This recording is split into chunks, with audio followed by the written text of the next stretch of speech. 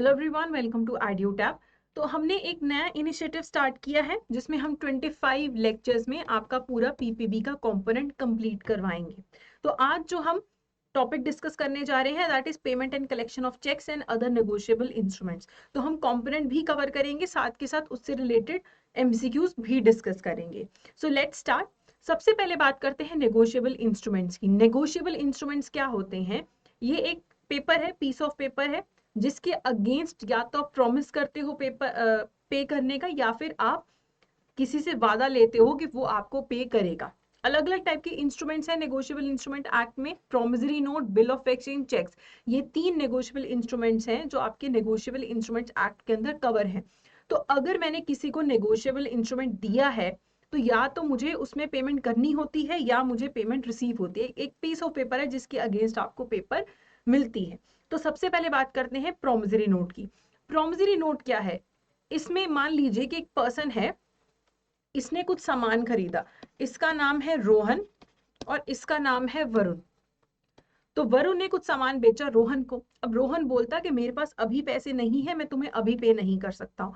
तो इस केस में रोहन एक प्रोमिसरी नोट वरुण को देगा जिसमें बायर जो है, जिसने पैसे देने हैं, वो खुद रोहन खुद एक नोट बना के वरुण को देगा कि मैं तुम्हें प्रॉमिस करता हूं कि मैं तुम्हें 50,000 रुपीज 6 मई 2023 को पे करूंगा। तो इसमें रोहन उसको एक नोट बना के देगा, प्रॉमिस करेगा। इसमें वरुण के सिग्नेचर की जरूरत नहीं है प्रॉमिसरी नोट में। जिसने बनाया है, जो ड्रॉअर है, उसी ने पे करने हैं। इसमें सिर्फ एक प्रॉमिस होता है और ये प्रॉमिस अनकंडीशनल प्रॉमिस होना चाहिए। एक स्पेसिफिक अमाउंट, एक स्पेसिफिक डेट को पे करने की बात होती है। ऑन डिमांड भी पेबल होता है या फिर कोई फ्यूचर डेट फिक्स होती है कि इसमें पेमेंट मिलेगी। यहाँ पे ये नेगोशिएबल भी हो सकता है, नॉन नेगोशिएबल भी हो सकता है, सिक्योर्ड भी हो सकता है, अनसिक्योर्ड भी हो सकता है। जो हमारा प्रोमिसरी नोट है, सिक्योर्ड क्या होता है कि कुछ गिरवी रखा होता है कि अगर पेमेंट नहीं आए तो बेच के पेमेंट मिल जाएगी। अनसिक्योर्ड में कोई भी सिक्योरिटी गिरवी कुछ भी नहीं रखा जाता है। ठीक है। अब आरबीआई ने ये बोला है कि promissory note is not payable to the bearer. Bearer instrument आप प्रोमिसरी नोट को नहीं बना सकते हो कि जिसके हाथ में है उसका प्रोमिसरी नोट हो गया, क्योंकि बेयरर इंस्ट्रूमेंट कौन सा है? हमारा करेंसी नोट, जिसपे गवर्नर ने लिखा होता है कि मैं धारक को 100 रुपए अदा करने का वादा करता हूं, वो एक बेयरर इंस्ट्रूमेंट है। प्रोमिसरी नोट को बेयरर इंस्ट्रूमेंट नहीं बनाया जा सकता। जो आपका प्रोमिसरी नोट है ये स्टैम्प्ड होता है और एक लीगली बाइंडिंग कॉन्ट्रैक्ट होता है। एक माइनर जो है वो प्रोमिसरी नोट को एग्जीक्यूट नहीं कर सकता है, लेकिन वो पेमेंट जरूर रिसीव कर सकता है प्रोमिसरी नोट को यूज करके। अब एक जो प्रोमिसरी नोट है वो 3 साल तक वैलिड होता है उसकी एग्जीक्यूशन होने के बाद। ठीक है। चलिए अब बात करते हैं बिल ऑफ एक्सचेंज की। बिल ऑफ एक्सचेंज जो है ये भी एक राइटिंग में इंस्ट्रूमेंट होता है। ये भी एक अनकंडीशनल ऑर्डर है टू पे a certain amount of money. अब देखो, प्रोमिसरी नोट में जिसने पैसे उधार लिए होते हैं वही प्रॉमिस करता है, वही इंस्ट्रूमेंट बनाता है।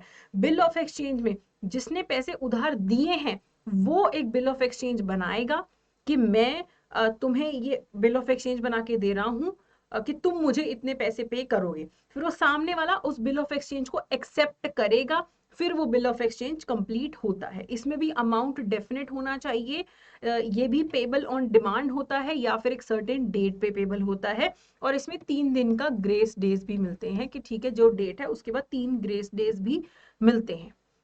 अब अगर हम इसको एग्जाम्पल से समझें, मान लो एक पर्सन है, ये है रोहन। रोहन ने सामान खरीदा वरुण से। ठीक है। तो वरुण ने उधार में सामान बेच दिया, क्रेडिट सेल्स करी है। वरुण ही खुद बिल ऑफ एक्सचेंज बनाएगा।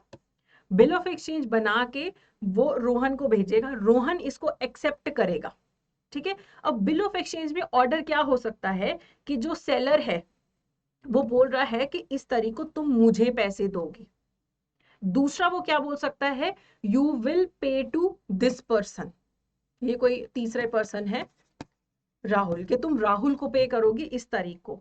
तो ये ड्रॉअर जिसने बिल ऑफ एक्सचेंज बनाया है ये खुद भी पे ही हो सकता है कि या तो मुझे पैसे दे दो या किसी और पर्सन को भी पे ही बनाया जा सकता है। तो 3 पार्टीज हो सकती है। प्रोमिसरी नोट में 2 पार्टीज होती हैं, बिल ऑफ एक्सचेंज में 3 पार्टीज होती हैं। ठीक है। ड्रॉअर और पे डिफरेंट हो सकते हैं। अब एक क्वेश्चन देख लेते हैं, negotiable instrument act deals with which of the following instruments, cheques, bill of exchange, promissory note, online payments. तो नेगोशिएबल इंस्ट्रूमेंट एक्ट जो है आपका वो चेक, बिल ऑफ एक्सचेंज और प्रॉमिसरी नोट के साथ डील करता है। तो 1, 2 एंड 3 ये इसके अंदर करेक्ट ऑप्शन है। फिर बात करते हैं बिल ऑफ एक्सचेंज और प्रॉमिसरी नोट के डिफरेंस की।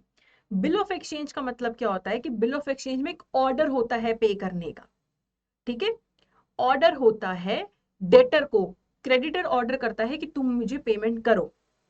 प्रॉमिसरी नोट में डेटर खुद लिख के देता है, प्रॉमिस करता है कि मैं तुम्हें पेमेंट करूंगा। Bill of exchange creditor issue करता है, प्रॉमिसरी नोट डेटर खुद इशू करता है जिसने पैसे देने होते हैं। बिल ऑफ एक्सचेंज मेंशन है सेक्शन 5 में नेगोशिएबल इंस्ट्रूमेंट एक्ट के, प्रॉमिसरी नोट सेक्शन 4 में मेंशन है। अब बिल ऑफ एक्सचेंज में जो ड्रॉई है, सामने वाला है जिसने पे करना है, उसका एक्सेप्टेंस जरूरी है। प्रॉमिसरी नोट में किसी और का एक्सेप्टेंस की जरूरत नहीं होती है। बिल ऑफ एक्सचेंज में 3 पार्टीज हैं, ड्रॉर, ड्रॉई और पे। ड्रॉर और पे सेम पर्सन भी हो सकते हैं, डिफरेंट पर्सन भी हो सकते हैं। प्रॉमिसरी नोट में एक ड्रॉर मेकर है और एक पे है जिसको पेमेंट मिलनी है, 2 पार्टीज होती हैं। बिल ऑफ एक्सचेंज में ड्रॉर और पे सेम पर्सन हो सकते हैं, ड्रॉर और पे सेम पर्सन हो सकते हैं। प्रॉमिसरी नोट में ऐसा कुछ भी नहीं होता है। फिर बात आती है चेक्स की। चेक्स का क्या मतलब होता है, ये एक तरीके का बिल ऑफ एक्सचेंज होता है which is drawn on a particular banker. एक बैंक ही इसमें पे करता है, ठीक है, ऑन डिमांड। और इसके अंदर एक ट्रंकेटेड चेक को भी चेक की डेफिनेशन में रखा जाता है। नेगोशिएबल इंस्ट्रूमेंट एक्ट को अमेंड करके उसमें ट्रंकेटेड चेक का भी डेफिनेशन लाया गया था। इलेक्ट्रॉनिक फॉर्म में भी चेक हो सकता है, ठीक है। जब ड्यू होता है तब फिर इस चेक के अंदर ऑन डिमांड यहाँ पे पेमेंट मिलती है। चेक सेविंग्स अकाउंट के अगेंस्ट पेमेंट भी देता है, करंट अकाउंट के अगेंस्ट भी आपको पेमेंट मिलती है। और यहाँ पे बैंक की ड्यूटी है कि अगर चेक सही से बनाया गया है, सफिशिएंट बैलेंस है, तो यहाँ पे बैंक को कोई भी लीगल रिस्ट्रेंट नहीं है पे ना करने का, तो फिर यहाँ पे चेक की पेमेंट करनी जरूरी है। तो bill of exchange drawn on a particular banker and not express to be due otherwise than on demand. तो ये एक आपका चेक होता है। तो बिल ऑफ एक्सचेंज और चेक का डिफरेंस अगर देखें तो बिल ऑफ एक्सचेंज में कोई भी ड्रॉई हो सकता है, किसी को भी पेमेंट करनी पड़ सकती है, किसी भी पर्सन के नाम पे हो सकता है। चेक जो है हमेशा बैंक ही ड्रॉई होता है, चेक ही हमेशा बैंक ही पे करता है। बिल ऑफ एक्सचेंज में 3 ग्रेस डेज मिलते हैं, चेक में ग्रेस डेज कुछ नहीं होते, जब प्रेजेंट किया तब पेमेंट मिलती है आपको। बिल ऑफ एक्सचेंज में सामने वाली पार्टी की जिसने पे करना है उसकी एक्सेप्टेंस की जरूरत है, चेक में कोई भी एक्सेप्टेंस की जरूरत नहीं होती है। बिल ऑफ एक्सचेंज को क्रॉस नहीं किया जा सकता है, चेक की क्रॉसिंग होती है जो हम आगे जाके पढ़ेंगे। बिल ऑफ एक्सचेंज जो है उसमें नोटिस ऑफ डिसऑनर नेसेसरी नहीं है। चेक में कुछ ऐसी कंडीशंस आती हैं जहां पे डिसऑनर का नोटिस ना भी हो तो भी चलता है, ठीक है। बिल ऑफ एक्सचेंज में पेमेंट ऑन डिमांड होती है या फिर एक पर्टिकुलर पीरियड के बाद पेमेंट होती है कोई स्पेसिफिक डेट पे। चेक जो है it is payable on demand, कि मैंने जाके चेक प्रेजेंट किया तो मुझे उसके अगेंस्ट पेमेंट मिलेगी। अब एक क्वेश्चन देखते हैं, which of the following statement is incorrect regarding bill of exchange. कौन सी स्टेटमेंट गलत है बिल ऑफ एक्सचेंज के regarding. It must be accepted by the drawee, हाँ जी। It is issued by the creditor, जिसने पैसे दिए हैं वही इशू करता है, बिल्कुल सही। ड्रॉर एंड पेई can not be the same person, ये गलत है। अगर मैंने आपको बिल ऑफ एक्सचेंज दिया है तो आप मुझे भी पेमेंट कर सकते हैं या मेरे ऑर्डर पे किसी और को, तो मैं खुद भी पेई हो सकती हूँ, कोई और भी पेई हो सकता है। तो C is the incorrect option, तो यहाँ पे सी आंसर है इसका, ठीक है। And normally 3 parties are involve in bill of exchange, ये बिल्कुल सही है। अब पेमेंट ऑफ चेक जो है उसको रिगार्डिंग कुछ टर्म्स एंड कंडीशन है। अब जिस ब्रांच पे ड्रॉन होता है वो पेमेंट करता है, आजकल तो सीटीएस है तो बहुत कुछ पॉसिबल है। इसमें डेट को चेक करना जरूरी है बैंक के लिए कि क्या कौन सी डेट का चेक है, क्योंकि चेक जो है वो 3 महीने तक के लिए वैलिड होता है ड्रॉ करने के बाद। तो यहाँ पे एंटी डेटेड चेक है, पोस्ट डेटेड चेक है, ये सारी चीजें एक बैंकर को चेक करना रहता है। पे जो है जिसको पेमेंट मिलनी है वो एक इंडिविजुअल पर्सन भी हो सकता है, जॉइंट पेमेंट भी हो सकती है कि पे एक्स एंड वाई, तो ये जॉइंट पेमेंट भी हो सकती है। ऑल्टरनेट भी हो सकती है, पे एक्स और पे वाई, चाहे एक्स को पे कर दो चेक का पेमेंट, चाहे वाई को पे कर दो, तो ऐसे चेक्स भी अलाउड है बनाना, ठीक है। चेक ऑर्डर चेक भी हो सकता है, बेरर चेक भी हो सकता है, ठीक है। बेरर चेक में क्या होगा, जिसके हाथ में चेक है, ठीक है, जो बेयर कर रहा है चेक को उसे पेमेंट कर दिया जाएगा। ऑर्डर चेक में क्या होता है, जिसका या तो नाम लिखा है यहाँ पे कि इसको पे कर दो प्रतीक अग्रवाल को, या फिर आप बोल दो कि अगर प्रतीक ने किसी को एंडोर्स कर दिया है तो फिर उसे पेमेंट मिलती है ऑर्डर चेक में। अब अमाउंट जो चेक में है वो वर्ड्स में भी मेंशन होता है और नंबर्स में भी मेंशन होता है।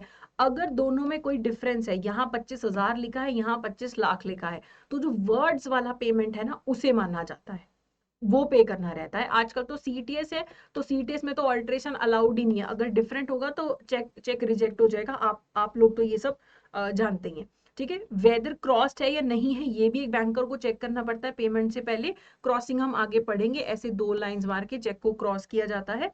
कोई भी ऑल्टरेशन हो, कोई भी म्यूटिलेशन हो चेक के अंदर, अब तो सीटीएस सिस्टम के अंदर उसे रिजेक्ट ही कर दिया जाता है। लेकिन कई बार क्या होता है, अगर मान लो चेक ऑल्टर्ड है और जो ड्रॉर है जिसने चेक बनाया है वो यहाँ पे गारंटी दे दे कि मैंने ही ऑल्टर किया है, आप चेक क्लियर कर दो, तो according to negotiable instruments act उस चेक को क्लियर कर दिया जाता है। म्यूटिलेशन के अंदर भी बनाने वाले ने अगर म्यूटिलेट कर दिया गलती से, या फिर कलेक्टिंग बैंक से अगर गलती से फट गया, तो वो पीछे चेक के लिख देते हैं कि म्यूटिलेशन गारंटीड है, तो चेक क्लियर हो जाता है। लेकिन ये पुरानी बातें हैं, अब तो सीटीएस है तो फटा हुआ चेक एक्सेप्ट ही नहीं होता है।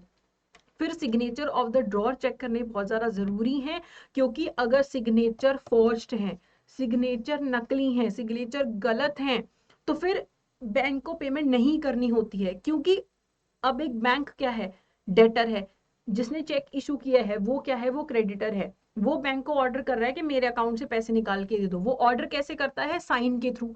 अगर साइन ही नकली है तो फिर पेमेंट नहीं करना होता है, और नकली सिग्नेचर पे अगर बैंक पेमेंट कर देता है तो फिर बैंक की लायबिलिटी बनती है ड्रॉर को कंपनसेट करने की, जिसके नाम का चेक का, जिसके अकाउंट से पैसा काटा गया है, ठीक है। और बैंक को ये भी चेक करना है कि चेक पे पेमेंट करने से पहले कि कहीं कोई स्टॉप पेमेंट तो नहीं आ रखा पीछे से, कहीं स्टॉप पेमेंट का ऑर्डर तो नहीं आ रखा। अगर मेरा अकाउंट है तो मैं स्टॉप पेमेंट कर सकती हूँ। अगर मेरा जॉइंट अकाउंट है किसी के साथ, तो जिसके साथ मेरा जॉइंट अकाउंट है या मैं, हम में से कोई भी स्टॉप पेमेंट का ऑर्डर दे सकता है। अगर पार्टनरशिप फर्म है तो सारे पार्टनर्स मिलके स्टॉप पेमेंट का ऑर्डर दे सकते हैं। और भी मुझे चेक करना है कि कोई गार्निशमेंट का ऑर्डर तो नहीं आया हुआ, कोई अटैचमेंट ऑर्डर तो नहीं आया हुआ, कहीं जिसका अकाउंट है उसकी डेथ या इंसॉल्वेंसी का नोटिस तो नहीं आया हुआ। ये सब चीजें चेक करनी होती है चेक के अगेंस्ट पेमेंट करने के पहले।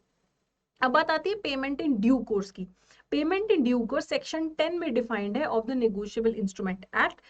इसमें ये बोला गया है कि अगर चेक की payment bank according to apparent tenor करता है, यानी कि जो भी उस पे चेक पे लिखा है डेट के अकॉर्डिंग, अमाउंट के अकॉर्डिंग, अगर बैंक चेक करता है वैसे पेमेंट करता है, विद गुड फेथ पेमेंट कर रहा है, कोई भी उनके पार्ट पे नेग्लिजेंस नहीं है, और कोई भी उनके पास ऐसी समस्या नहीं है, कोई शक की गुंजाइश नहीं है कि जिसको हम पे कर रहे हैं वो गलत है या उसके नाम का चेक नहीं है, अगर सब कुछ सही है, तो फिर अगर पेमेंट की जाती है उसे पेमेंट इन ड्यू कोर्स बोलते हैं कि apparent tenure, good faith, without negligence payment करो। और जिस पर्सन के पास पोजेशन है चेक का, there is no reasonable ground कि इसे पेमेंट नहीं मिलना चाहिए, ऐसा अगर कोई ग्राउंड नहीं है, अगर बैंक पेमेंट करता है तो उसे पेमेंट इन ड्यू कोर्स बोलते हैं। ये इंपॉर्टेंट क्यों है पेमेंट इन ड्यू कोर्स, क्योंकि अगर कल कोर्ट में केस जाता है गलत पेमेंट के लिए, अगर बैंक ने पेमेंट इन ड्यू कोर्स ना किया हो तो बैंक की लायबिलिटी बनती है। फिर पेमेंट इन ड्यू कोर्स होना बहुत ज्यादा जरूरी है। अब चेक्स की बात करें, बेयरर चेक, जिसके हाथ में चेक है उसे पेमेंट दे दी जाती है बेयरर चेक, और बेयरर यहाँ पे लिखा होता है। ऑन ऑर्डर क्या होता है कि जिसके नाम का चेक है, मान लो मेरे नाम का चेक है, मेघा के नाम का चेक है, तो मुझे पेमेंट मिलेगी, या फिर अगर मैंने एंडोर्स कर दिया है तो फिर जिसको एंडोर्स किया है उसे पेमेंट मिलेगी। ओके, चलिए। अगर एक चेक पे ऑर्डर एंड बेयरर दोनों वर्ड मेंशन है, यहाँ पे तो ऑर्डर, यहाँ पे बेयरर है, अगर और बेयरर और ऑर्डर दोनों वर्ड्स लिखे हो तो उसे बेयरर चेक ही बोला जाएगा। फिर बात आती है क्रॉसिंग ऑफ द चेक की। क्रॉसिंग ऑफ चेक कैसी होती है, दो ट्रांसफर्स लाइंस यहाँ पे ऐसे ड्रॉ की गई हैं चेक पे, तो ये क्रॉस चेक हो गया। क्रॉस चेक का क्या मतलब है कि एक जर्नल क्रॉसिंग होती है, स्पेशल क्रॉसिंग। अगर सिंपल दो लाइनें मार दी हैं या एंड कंपनी लिख दिया है बीच में, तो इसका मतलब है कि ये पेमेंट सिर्फ बैंक अकाउंट में जा सकती है, जिसको भी पेमेंट मिलेगी उसके बैंक अकाउंट में ही पेमेंट जाएगी, कैश में पेमेंट नहीं होगा।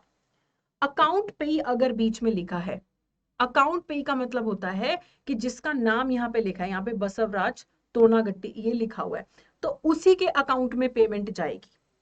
अकाउंट पे नाम के टाइप की जो नेगोशिएबल इंस्ट्रूमेंट एक्ट के अंदर क्रॉसिंग मेंशन नहीं है। हमारा जो नेगोशिएबल इंस्ट्रूमेंट एक्ट है उसके अंदर अकाउंट पे क्रॉसिंग का डेफिनेशन मेंशन नहीं है, लेकिन आरबीआई ने बोला है कि अगर अकाउंट पे ही लिखा हुआ है क्रॉसिंग के बीच में, तो ये सिर्फ जिसके नाम का चेक है उसके अकाउंट में ही पैसा जाता है।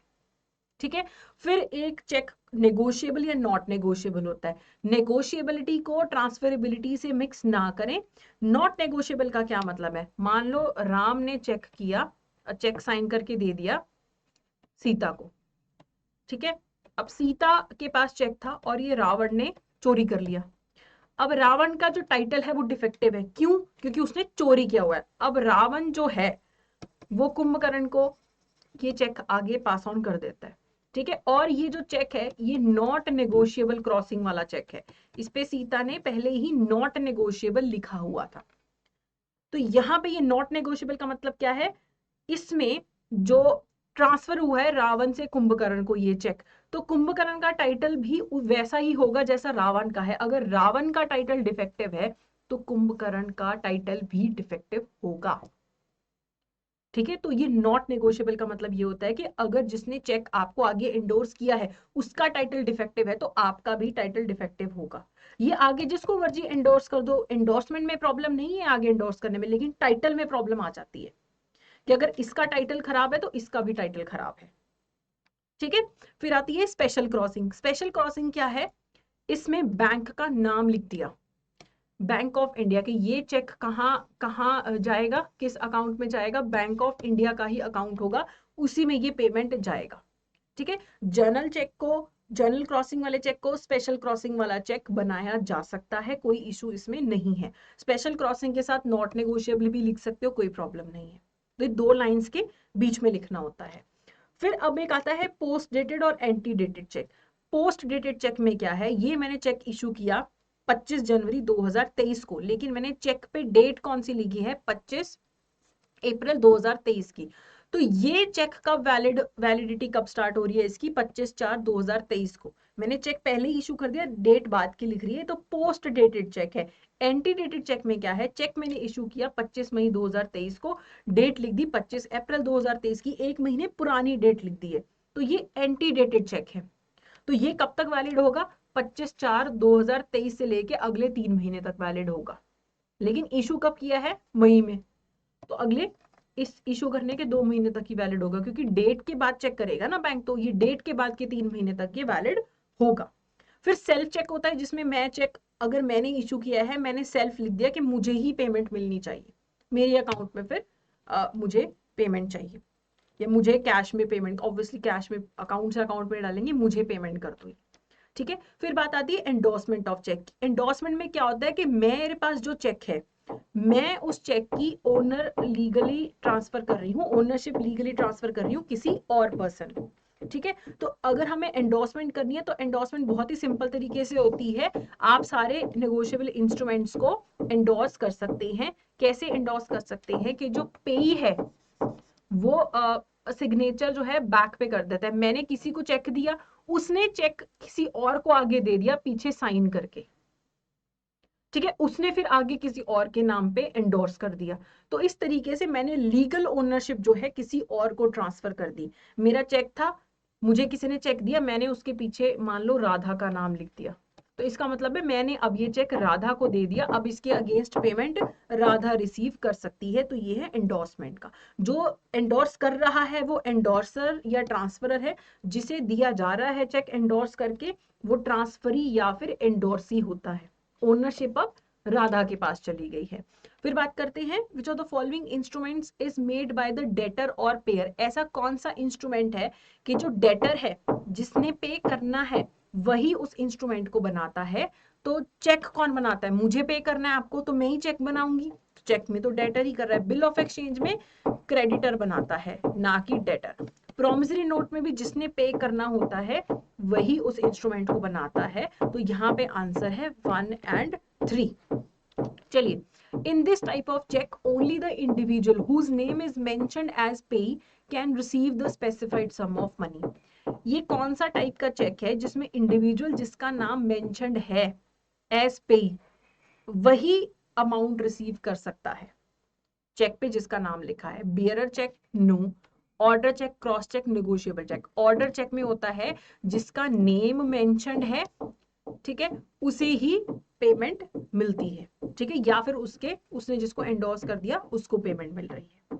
ओके, चलिए। अ चेक वाज इशूड ऑन 24/5/2023। यहाँ पे 24 मई 2023 को एक चेक इशू किया गया, लेकिन उसमें जो डेट मेंशन्ड है वो मैंने इशू किया मई में, लेकिन मैंने उस पर डेट कब की लिख दी है, जुलाई की। मई में इशू किया, डेट लिखी जुलाई की, तो ये कौन सा चेक हुआ, ये पोस्ट डेटेड चेक। अगर पिछली डेट लिख दो तो वो कौन सा चेक हो जाएगा, एंटी डेटेड चेक। बाद की डेट लिखो तो वो हो जाएगा पोस्ट डेटेड चेक। अब एंडोर्समेंट के कुछ टाइप्स होते हैं। इन ब्लैंक का क्या मतलब होता है, मैंने सिर्फ सिग्नेचर किए हैं और एंडोर्स कर दिया। मुझे चेक मिला, मैंने सिर्फ साइन करके एंडोर्स कर दिया। अब सामने वाला किसी और को दे दे, किसी और को दे दे, कोई प्रॉब्लम नहीं है। तो ये सिंपल सबसे बेसिक टाइप की एंडोर्समेंट है कि मैंने सिर्फ साइन किया, एंडोर्समेंट होगी, जिसको पकड़ाया उसका चेक हो गया।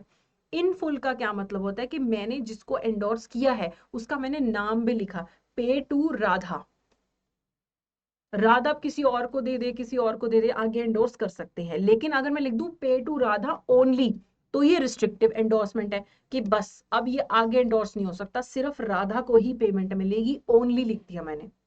फिर होती है कंडीशनल, कि मैंने कंडीशन अटैच कर दी कि pay to Radha if Radha returns from Jaipur. अगर राधा जयपुर से आएगी तब उसे पेमेंट करनी है, ये कंडीशनल एंडोर्समेंट है। फिर आती है फैकल्टेटिव।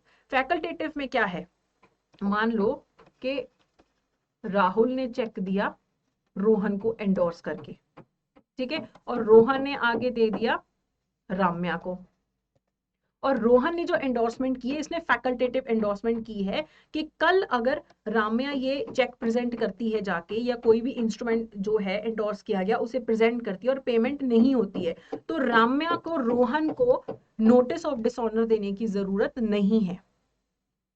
इसका मतलब ये नहीं कि रोहन ने जो राम्या को पैसे पे करने हैं वो लाइबिलिटी खत्म हो गई है, लाइबिलिटी विल स्टे, लेकिन रोहन को नोटिस ऑफ डिसऑनर नहीं जाएगा। ये फैकल्टेटिव एंडोर्समेंट है।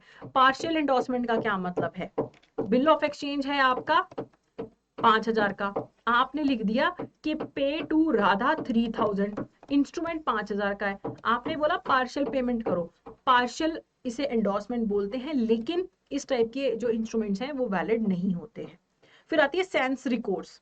सेंस रिकोर्स में क्या मतलब होता है कि इसी एग्जांपल में चलते हैं, राहुल ने रोहन को चेक दे दिया, रोहन ने राम्या को, लेकिन रोहन ने राम्या को जब एंडोर्समेंट करी उसने सेंस रिकोर्स एंडोर्समेंट करी है। सेंस रिकोर्स का ये मतलब होता है कि अब अगर चेक कल डिसऑनर भी हो जाता है तो रोहन की कोई लायबिलिटी नहीं है, क्योंकि रोहन ने सेंस रिकोर्स कर दिया था कि अब तुम मेरे पास वापस नहीं आ सकती, इस चेक पे पेमेंट मिल गया ठीक है, नहीं मिला मेरी कोई लायबिलिटी नहीं है। विद रिकोर्स में क्या होता है कि अगर राम्या को पेमेंट नहीं मिलती वो रोहन के पास वापस चली जाएगी कि मुझे पेमेंट करो।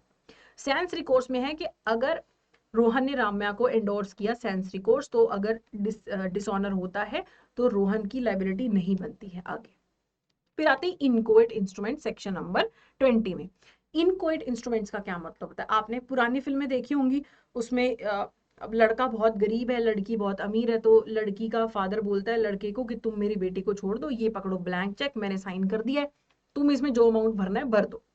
वो कौन से टाइप का इंस्ट्रूमेंट होता था, वो होता था इनकोएट इंस्ट्रूमेंट। इनकोएट इंस्ट्रूमेंट का मतलब होता है जब एक पर्सन दूसरे पर्सन को एक प्रॉपर स्टैम्प्ड डॉक्यूमेंट दे रहा है, स्टैम्प्ड नेगोशिएबल इंस्ट्रूमेंट दे रहा है, पूरी तरीके से ब्लैंक भी हो सकता है और उसमें कुछ चीजें मिसिंग भी हो सकती हैं। जैसे अब लड़की के बाप ने चेक में सब कुछ भर दिया, अमाउंट नहीं भरा, साइन होना जरूरी है, स्टैम्प होना जरूरी है, बाकी चाहे चीजें पूरा खाली छोड़ दो चाहे इनकम्प्लीट भर के छोड़ दो। तो ऐसा जो इंस्ट्रूमेंट है इसे इनकोएट इंस्ट्रूमेंट बोलते हैं। इसमें जिसे वो इंस्ट्रूमेंट दिया गया है, ठीक है, उसके पास ये राइट है कि वो उसे फिल करके पेमेंट रिसीव कर सकता है। ऑब्वियसली वो अमाउंट स्टैम्प में कवर होना चाहिए था। तो यहाँ पे लड़का अगर वो चेक लेके चला जाता है और उस लड़की को छोड़ देता है कि मुझे तो पैसे से मतलब है, पैसा लेता है, बाप ने कोई अमाउंट नहीं भरा था, उसने भरा उसमें 10 लाख रुपए और अपने आप पेमेंट रिसीव कर ली, तो कल बाप जाके ये नहीं बोल सकता कि ये तो इनकम्प्लीट था, मैंने अमाउंट नहीं भरा था। वो इनकोएट इंस्ट्रूमेंट होगा according to negotiable instrument act, और उसके पास राइट होगा पर्सन के पास, वो उसे फिल करके पेमेंट ले ले। क्योंकि प्रॉपर स्टैम्प्ड है, प्रॉपर साइंड थे। तो ये होते हैं इनकोएट इंस्ट्रूमेंट।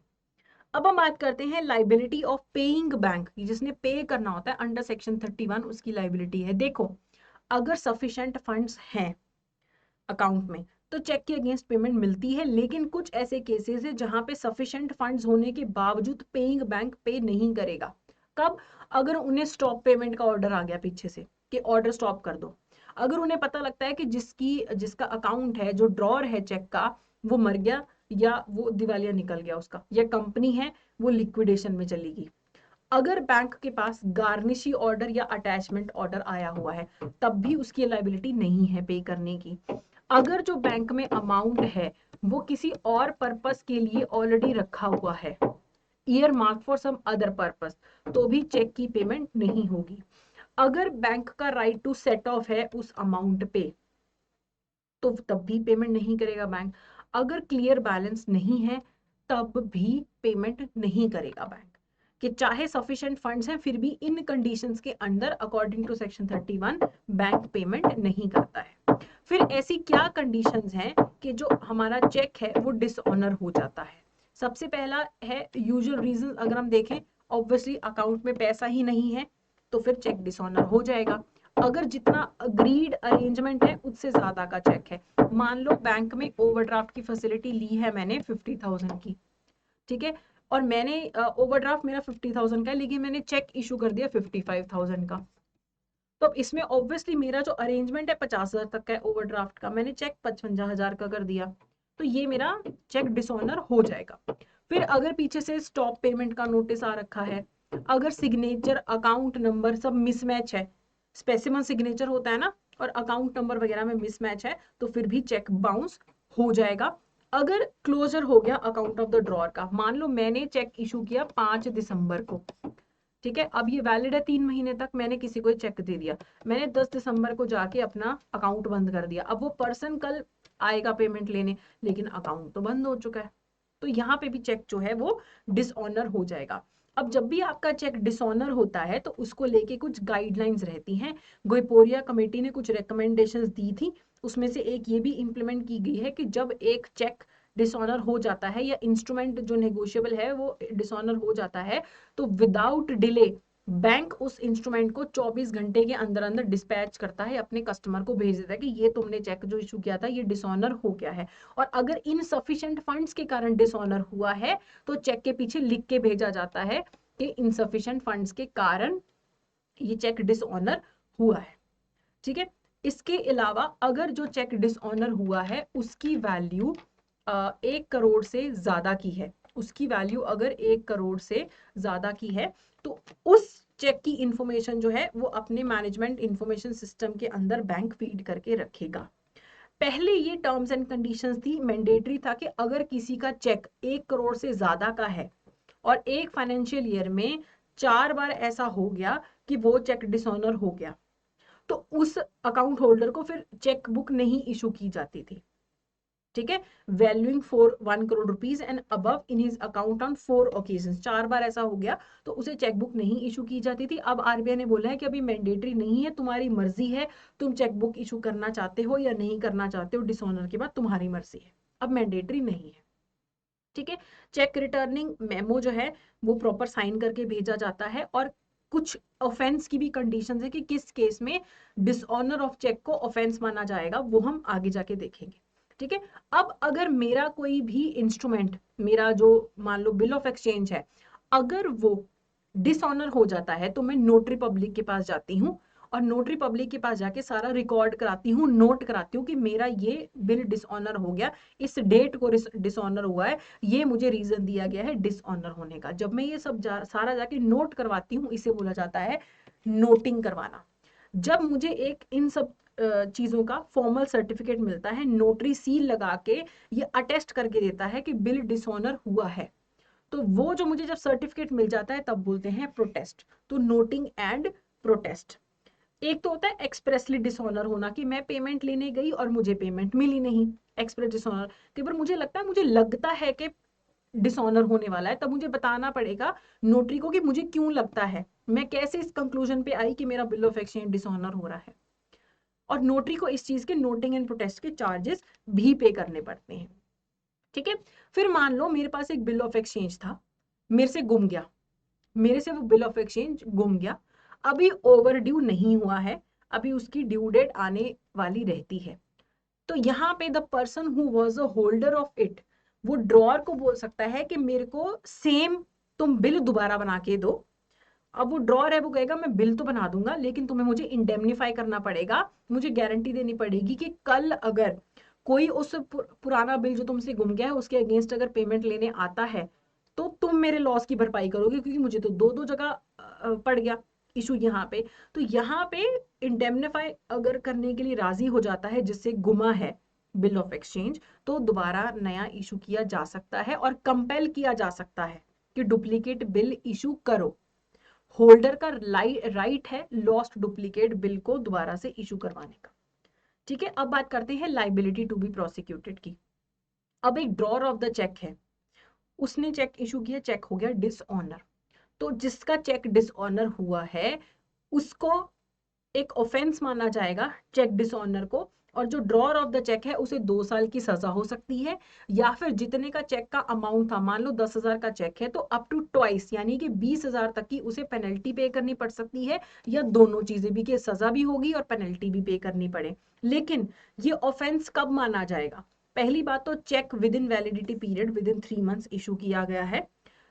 जो पेमेंट जब डिसऑनर हुआ है तो जिसके पास चेक था, जिसको पता लगा कि चेक डिसऑनर हो गया, वो 30 डेज के अंदर अंदर ड्रॉअर को नोटिस भेजे कि आपका चेक डिसऑनर हो गया है। डिसऑनर होने के 30 दिन के अंदर अंदर नोटिस भेजे, और जो ड्रॉअर है वो नोटिस मिलने के 15 दिन के अंदर अंदर पेमेंट कर देता है, फिर तो ऑफेंस नहीं है। लेकिन अगर 15 दिन के अंदर नोटिस के आने के बाद भी वो पेमेंट नहीं करता है, तब इसे ऑफेंस माना जाएगा।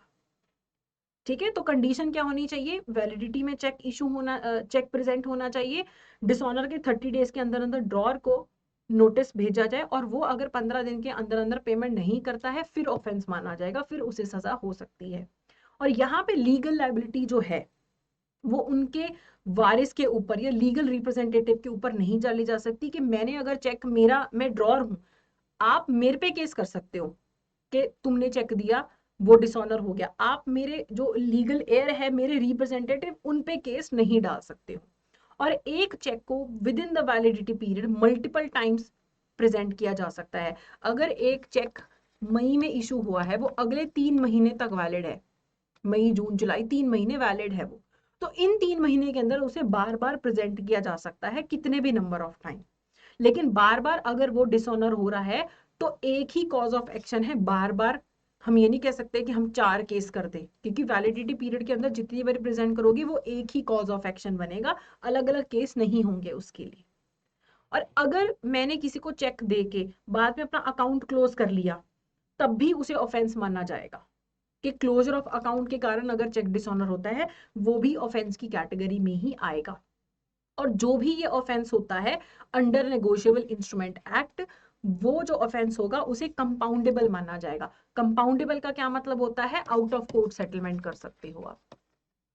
ऐसा नहीं है कि कोर्ट कचहरी के चक्कर लगाने, आउट ऑफ कोर्ट भी सेटलमेंट हो सकता है।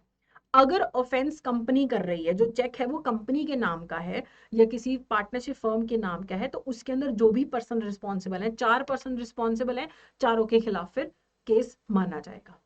और यहाँ पे ट्रायल जो होगा किस कोर्ट पे जाएगा? जुडिशियल मजिस्ट्रेट के पास या फिर मेट्रोपॉलिटन मजिस्ट्रेट के पास केस जाएगा, जो कोड ऑफ सिविल प्रोसीजर के अंतर्गत इस केस को देखेंगे।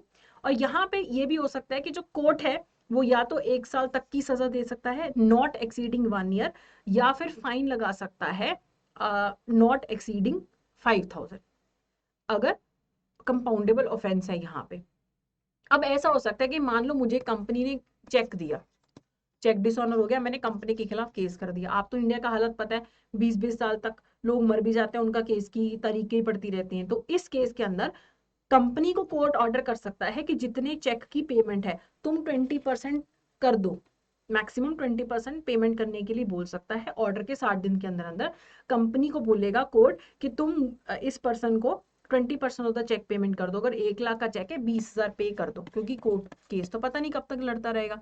अगर तो मैं केस जीत गई तो मुझे बाकी के 80,000 भी मिल जाएंगे, अगर 1 लाख का चेक था। लेकिन अगर मैं केस हार गई, अगर कंपनी प्रूव कर दे कि मुझे कोई चेक नहीं मिलना चाहिए था, उस केस में मुझे ये 20,000 विद बैंक रेट वापस करना पड़ेगा विद इन 60 डेज कंपनी को, अगर ये कंपनी कल छूट जाती है। चलिए अब एक क्वेश्चन देख लेते हैं। According to the negotiable instrument act 1881, if on the cheque the amount stated in words and figures differ, तो कौन सा अमाउंट पे किया जाएगा? कि वर्ड्स में लिखा हुआ है 10,000, नंबर में लिखा हुआ है 1 लाख, तो कौन सा पेमेंट करोगे? जो वर्ड्स में लिखा है, amount stated in words. Word change करना मुश्किल होता है, जीरो तो जितनी मर्जी लगाते जाओ आगे, इसलिए अमाउंट इन वर्ड्स। अब पेइंग बैंकर को कुछ प्रोटेक्शन मिली हुई है। जो पेइंग बैंक है उन्हें कुछ प्रोटेक्शंस मिली हैं। फोर्स्ड एंडोर्समेंट ऑर्डर चेक है, अगर एक फोर्स्ड एंडोर्समेंट है ऑर्डर चेक की, तो पेइंग बैंक को प्रोटेक्शन मिल जाएगी अगर उसने पूरा ड्यू कोर्स में पेमेंट किया है। अब देखो, अब राम ने चेक साइन करके दिया, ठीक है, राहुल को, राहुल ने दिया रोहन को, रोहन के अकाउंटेंट ने फोर्ज करके अपने नाम पे चेक कर लिया, और ये चेक राम के बैंक के पास ले गया पेमेंट के लिए। अब बैंक के पास स्पेसिफिक सिग्नेचर किसका होगा? राम का। और बैंक को ये भी पता है कि राम के चेक्स ऐसे आते रहते हैं एंडोर्समेंट वाले, तो बैंक ने सब कुछ चेक करके पेमेंट कर दिया, तो इसमें पेइंग बैंकर की कोई रिस्पॉन्सिबिलिटी नहीं है। चाहे एंडोर्समेंट में फॉर्जरी थी, चाहे एंडोर्समेंट में फॉर्जरी थी, लेकिन अब बैंक हर एक को थोड़ा ना चेक कर सकता है कि राम को चेक किया, राहुल को चेक किया, रोहन को चेक किया, सबकी केवाईसी थोड़ा ना करवाएगा। इस केस में अगर paying banker with in due course payment करता है तो पेइंग बैंकर की कोई लायबिलिटी नहीं। कल राम नहीं बोल सकता कि ये तो फोर्स्ड एंडोर्समेंट थी।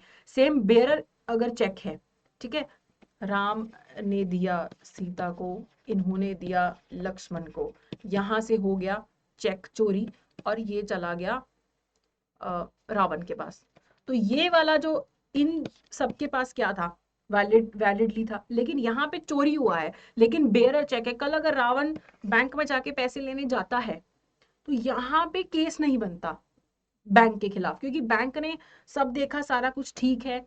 राम के स्पेसिमेन सिग्नेचर होंगे, सबके स्पेसिमेन सिग्नेचर तो होंगे नहीं, तो इस केस में भी अगर with in due course payment है तो पेइंग बैंकर की कोई भी लायबिलिटी नहीं है। फोर्स्ड इंस्ट्रूमेंट के अंदर बैंक को प्रोटेक्शन मिल जाती है जब तक कि सिग्नेचर फोर्ज ना हो।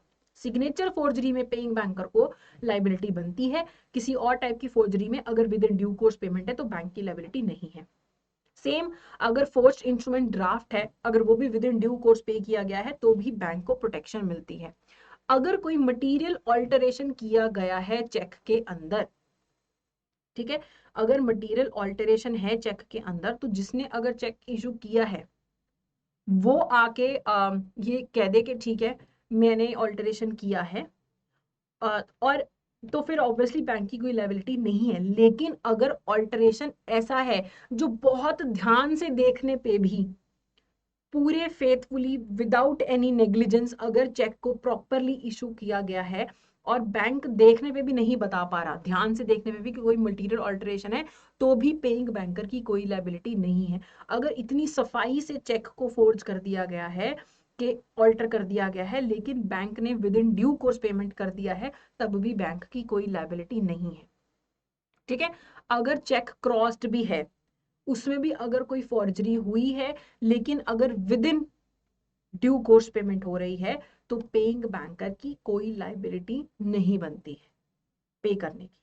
ठीक है, लेकिन ऐसा नहीं होना चाहिए कि चेक क्रॉसिंग है, स्पेशल क्रॉसिंग है, और आपने स्पेशल क्रॉसिंग को ध्यान में नहीं रखा और जनरल क्रॉसिंग मान के पे कर दी। अब स्पेशल क्रॉसिंग में ये लिखा गया कि पेमेंट सिर्फ एसबीआई बैंक के अकाउंट में होगी, लेकिन हमने कर दी आईसीआईसीआई में, तो यहाँ पे फिर बैंक की लायबिलिटी बनती है। क्यों? क्योंकि उन्होंने जो क्रॉसिंग की इंस्ट्रक्शन है उसको नहीं माना है।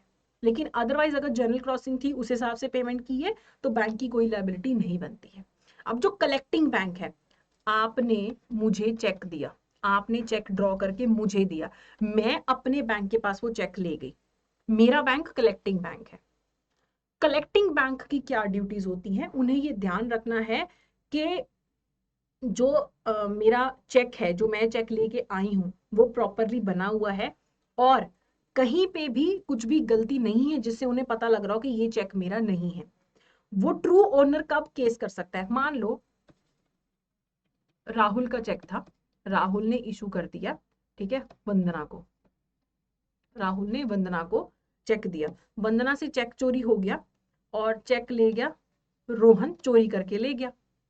अब ये कलेक्टिंग बैंक के पास जाता है, बैंक को दिख रहा है कि नाम तो वंदना का है, कोई एंडोर्समेंट नहीं है, कुछ नहीं है, तो रोहन को पेमेंट नहीं करनी चाहिए। इसमें फिर भी अगर बैंक पेमेंट कर देता है तो उसे रॉन्गफुल कन्वर्जन के अंदर लायबल बनाया जाएगा।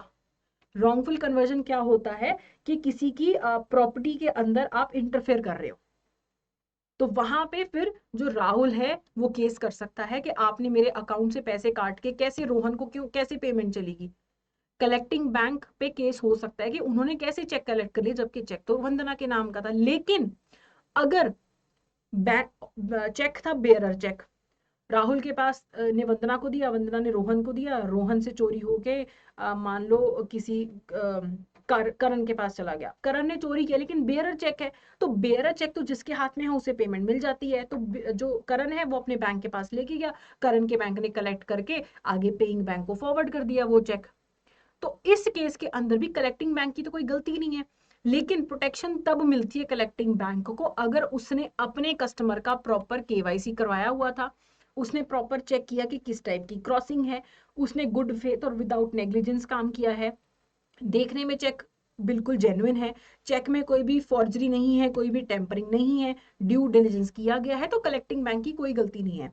अगर मेरा चेक कोई करण नाम का पर्सन चोरी करके ले जाता है जिसमें मुझे पेमेंट मिलनी थी और वो बेयरर चेक है, तो करण अपने बैंक को देगा, कलेक्टिंग बैंक को उसकी कोई गलती नहीं है अगर वो सारी रूल्स एंड रेगुलेशंस फॉलो करता है। Collecting bank obviously paying bank को चेक भेजेगा और पेइंग बैंक पेमेंट रिलीज कर देगा, लेकिन ऑब्वियसली कलेक्टिंग बैंक को ये सारी टर्म्स एंड कंडीशंस फुलफिल करनी जरूरी है। फिर एक ड्यूटी होती है to follow KYC norms under PMLA and KYC directions of RBI. Bank को, कलेक्टिंग बैंक को केवाईसी नॉर्म्स फुलफिल करनी जरूरी है। एक केस हुआ था, ये तब की बात है जब रेफरेंस से बैंक अकाउंट खुलता था कि मुझे अगर बैंक अकाउंट खोलना है, मुझे उस बैंक में कोई रेफरेंस प्रोवाइड करे कि हाँ मैं इस पर्सन को जानता हूँ, गुड इसकी सोशल स्टैंडिंग है, इकोनॉमिक स्टैंडिंग है, आप इसका अकाउंट खोल दो। अगर बैंक ने अकाउंट खोल दिया बिना रेफरेंस के खोल देते उस टाइम पे, और कल जिसका अकाउंट खोला है वो नकली चेक आके बनवा के सारी पेमेंट ले गया, चोरी के चेक, तो इसमें फिर कलेक्टिंग बैंक की लायबिलिटी बनेगी। क्यों? क्योंकि उन्होंने केवाईसी नॉर्म्स नहीं फुलफिल की, उन्होंने उस जमाने में जब रेफरेंसेस चाहिए थी रेफरेंस नहीं ली थी, या अब आधार कार्ड नहीं, आज के टाइम की बात करें अगर केवाईसी नहीं की गई है, कलेक्टिंग बैंक ने मेरा अकाउंट खोल लिया, ठीक है, और मैंने कोई केवाईसी नहीं कराया बैंक के पास, तो भी बैंक ने मेरा अकाउंट खोल दिया, अगर तब मैं कोई चोरी का चेक जाके बैंक के पास देती हूँ तो बैंक की, कलेक्टिंग बैंक की लायबिलिटी बनेगी। क्यों? क्योंकि मेरा केवाईसी नहीं किया उन्होंने। उन्हें इंश्योर करना है प्रॉपर क्रॉसिंग, स्पेशल क्रॉसिंग जैसी है उसके हिसाब से ही पेमेंट करनी है, अगर इसको नजरअंदाज करते हैं तो फिर कलेक्टिंग बैंक की लायबिलिटी बनती है, ठीक है। फिर ये चेक करना है कि कोई डिफेक्ट तो नहीं है इंस्ट्रूमेंट के अंदर। फिर एक चीज और चेक करनी है, स्टेट ऑफ कस्टमर्स अकाउंट। मान लो मैं हर महीने मेरी ना मैं सैलरी का चेक आता है 20,000 का और मैं हूं क्लर्क, तो जस्टिफाइड है 20,000 की सैलरी, एकदम से मैं 1 लाख का सैलरी का चेक ले आती हूँ, या मान लो 2 लाख का सैलरी का चेक ले आती हूँ। अब इसमें मेरे स्टेट है क्या है अकाउंट की, मेरे अकाउंट में कभी भी 30-40 हजार से ज्यादा नहीं होते, 20,000 मेरी सैलरी आती है। एकदम से अगर मैं 2 लाख का सैलरी का चेक ले, तो बैंक को देखना चाहिए कि ये इसकी 2,000 से 2 लाख कैसे होगी सैलरी। यहाँ पे अगर स्टेट ऑफ कस्टमर को बैंक ने ध्यान में नहीं रखा तो बैंक की लायबिलिटी बनती है कलेक्टिंग बैंक की, ठीक है। Negligence of collecting bank in collecting payable to third party. अब मान लो एक बैंक है, उसके पास एक कंपनी का अकाउंट है, चेक आता कंपनी के नाम पे है, पेमेंट कंपनी के नाम पे होती है, बैंक देखता है कि अकाउंट पेमेंट आई है कंपनी के नाम पे, लेकिन उस कंपनी का जो डायरेक्टर है वो अपने पर्सनल अकाउंट में पैसा डलवा रहा है, तो बैंक को पता होना चाहिए कि ये जो चेक है ये कंपनी के अकाउंट में जाना चाहिए। अगर वो फिर भी डायरेक्टर के अकाउंट में पैसा डाल सकते हैं तो कल कंपनी केस कर सकती है कि आपने हमारा चेक डायरेक्टर के पर्सनल अकाउंट में कैसे क्रेडिट कर दिया। क्यों? क्योंकि यहाँ पे सामने से साफ पता लग रहा है कि ये कंपनी के नाम का चेक है, कंपनी के डायरेक्टर के नाम पे कैसे जा सकता है, ये सब चीजें भी देखनी जरूरी है। Liability of paying bank when customer signature on the cheque is forged, इसके बारे में हम दोबारा बात करते हैं। अगर पेइंग बैंकर है, जिसने पे करना है पैसा, मेरा अकाउंट अगर आपके बैंक में है, मैं अगर चेक इशू करती हूँ तो मेरा बैंक पेइंग बैंकर है, ठीक है। तो यहाँ पे अगर कस्टमर के सिग्नेचर की ही फोर्जरी है, मेरे चेक बुक में से किसी ने चेक फाड़ के मेरे नकली साइन कर दिए, वो चेक अगर बैंक को प्रेजेंट किया जाता है तो बैंक का कोई मैंडेट ही नहीं है पे करने का। बैंक पेमेंट कर ही नहीं सकता क्योंकि साइन नकली है, चाहे जितने मर्जी अच्छे साइन किए हों। लेकिन अगर बैंक ये प्रूव कर पाए कि मैं जानती थी कि साइन नकली हैं, फिर भी मैंने कोई नोटिस नहीं दिया बैंक को, तब बैंक की लायबिलिटी नहीं बनती है। अदरवाइज हर केस में नकली साइन होने पे पेइंग बैंकर की लायबिलिटी बनेगी मुझे कंपनसेट करने की। फिर इसमें यह भी इंपॉर्टेंट है, मान लो एक चेक इशू होता है कंपनी का चेक तभी वैलिड होगा जब उसका कंपनी सेक्रेटरी और कंपनी का डायरेक्टर दोनों के साइन होंगे। इस केस में क्या हुआ, कंपनी सेक्रेटरी को पता नहीं था, लेकिन डायरेक्टर ने क्या किया, अपने साइन किए, कंपनी सेक्रेटरी के नकली साइन कर दिए और 30-40 चेक्स के थ्रू पेमेंट करवा ली। इस केस में अगर कल कंपनी केस करती है बैंक पे तो बैंक की लायबिलिटी बनती है। क्यों? क्योंकि अगर 2 साइन का मैंडेट है, जॉइंट अकाउंट है, 2 साइन का मैंडेट है, तो उसके अंदर दोनों के जो साइन है वो असली होने चाहिए। अगर मेरा जॉइंट अकाउंट है और उसके अंदर ये टर्म्स एंड कंडीशंस है कि दोनों अकाउंट होल्डर के चेक होने चाहिए, अगर दोनों में से किसी एक का भी साइन नकली है तो बैंक को पेमेंट नहीं करना चाहिए था। अगर वो पेमेंट कर देता है तो बैंक विल बी लायबल। चलिए, payment to be in due course for bank to seek protection, due course में पेमेंट होना जरूरी है। अब इसकी एग्जांपल देखते हैं। एक कंपनी है, कंपनी का निकल गया दिवालिया, ठीक है। अब कंपनी के लिए असाइन हो गया ऑफिशियल लिक्विडेटर। जब भी कंपनी को एक ऑफिशियल लिक्विडेटर असाइन होता है तो लिक्विडेटर का एक ऑफिशियल अकाउंट होता है, तो सारा पैसा फिर कहां पे आएगा, ऑफिशियल अकाउंट में आएगा। लेकिन अगर लिक्विडेटर अपने पर्सनल अकाउंट में पैसा डलवा रहा है तो फिर बैंक के दिमाग में आना चाहिए कि ये लिक्विडेटर के अकाउंट में नहीं जा रहा, उसके पर्सनल अकाउंट में जा रहा है, तो इसे फिर पेमेंट इन ड्यू कोर्स नहीं मानेंगे, तो इसमें बैंक को प्रोटेक्शन नहीं मिलेगी, ठीक है। Payment in good faith without negligence, अगर बैंक ने पेमेंट विद गुड फेथ की है, कोई नेग्लिजेंस नहीं है। इसका एग्जांपल देखते हैं। एक ना पर्सन था, उसने अपना एक बैंक में अकाउंट खोला, जिस एरिया में अकाउंट खोला वहां पे बहुत आम था घपले करना, फॉर्जरी करना बहुत आम था। तो ज्यादातर उस एरियाज के बैंक ना यूवी लैंप्स रखते थे ये चेक करने के लिए कि कहीं कोई टेम्परिंग तो नहीं है। इस बैंक ने कोई यूवी का अरेंजमेंट नहीं किया था। अब उस पर्सन ने, जिसका बैंक में अकाउंट था, चेक इशू किया 100 रुपए का, लेकिन उसने जिसको चेक इशू किया उसने इसे बना लिया 10,000 का चेक, अच्छे से ऑल्टर किया, बढ़िया से ऑल्टर किया, देख के पता नहीं लग रहा। वो बैंक के पास जाके 10,000 की पेमेंट ले लेता है। अब ये बंदा कहता है कि मैंने तो 100 रुपए का चेक था, तुमने, बैंक वालों को कहता कि जब पूरे एरिया के बैंक्स ने यूवी लैंप लगा रखे हैं तुमने क्यों नहीं लगाए। बैंक ने बोला कि ऑल्ट्रेशन अपेरेंट ही नहीं थी, देख के पता ही नहीं लग रहा था, हमारी तरफ से तो कोई नेग्लिजेंस ही नहीं है, हमने प्रॉपर चेक किया, हर हिसाब से चेक बिल्कुल सही लग रहा था। अब ये बंदा चला गया कोर्ट में कि सबने यूवी लैंप लगाया, इन्होंने यूवी लैंप नहीं लगाए, इसका मतलब ये नेग्लिजेंट है। लेकिन कोर्ट ने बोला कि ऑल्टरेशन अपेरेंट नहीं थी, इसलिए बैंक की कोई लायबिलिटी नहीं है। यूवी लैंप लगाना कहीं पे भी कंपलसरी नहीं है, इसलिए बैंक की कोई लायबिलिटी नहीं बनती है, क्योंकि उन्होंने पेमेंट इन गुड फेथ किया और हम नहीं मानते कि बैंक की कोई भी लायबिलिटी है, कोई नेग्लिजेंस है। फिर payment by bank under mistake whether recoverable, क्या पेइंग बैंक कलेक्टिंग बैंक को जिम्मेदार ठहरा सकता है कि तुमने ऐसा चेक कलेक्ट करके मुझे भेज दिया जो, जहां पे पेमेंट नहीं बनती थी, तुम्हारी रिस्पॉन्सिबिलिटी है। लेकिन यहाँ पे पेइंग बैंक कलेक्टिंग बैंक से पैसा नहीं वसूल पाएगा अगर कलेक्टिंग बैंक ने पेमेंट इन ड्यू कोर्स किया है और सारे रूल्स एंड रेगुलेशंस को माना है। तो फिर बाय मिस्टेक कोई भी गलती है, अगर कलेक्टिंग बैंक ने कुछ भी रूल्स एंड रेगुलेशंस में दिक्कत नहीं की है और वो गलती से जो चेक नहीं क्लियर होना चाहिए वो हो गया है, तो कलेक्टिंग बैंक की कोई रिस्पॉन्सिबिलिटी नहीं है, पेइंग बैंक पैसे नहीं वसूल सकता। अब क्वेश्चन देखते हैं, which of the following is incorrect. Cheques where a check payable to order purports to be endorsed or by or behalf of the pay, the drawer is discharged by payment in due course. तो ये वाला statement आपका बिल्कुल सही है कि check payable to order है और वो इंडोर्स्ड है, तो यहाँ पे पेमेंट अगर हो जा, the draw is discharge by payment in due course, ये बिल्कुल सही है स्टेटमेंट। दूसरा, under CTS alterations corrections is prohibited, ये भी बिल्कुल सही है। जो सीटीएस है उसके अंडर कोई भी ऑल्टरेशंस हैं वो बिल्कुल ही प्रोहिबिटेड होती हैं। ठीक है, when a cheque is crossed generally the payment of it must be made only to a banker to whom it is crossed. जब banker to whom it is crossed, ये होती है स्पेशल क्रॉसिंग। अगर मैंने सिर्फ ऐसे किया है तो ये जर्नल क्रॉसिंग है। अगर मैंने इसमें लिख दिया बैंक ऑफ इंडिया, तो इसी अकाउंट में, इसी बैंक के अकाउंट में पैसा जाएगा, ये स्पेशल क्रॉसिंग होती है। तो ये वाला स्टेटमेंट जो है आपका गलत है। ठीक है, तो ये जो आपका आंसर होगा वो सी होगा। पहला जो स्टेटमेंट है ये आपका डायरेक्टली एक्ट में से उठाया गया है। ठीक है, और यहाँ पे सी यहाँ पे करेक्ट आंसर है, इनकरेक्ट है।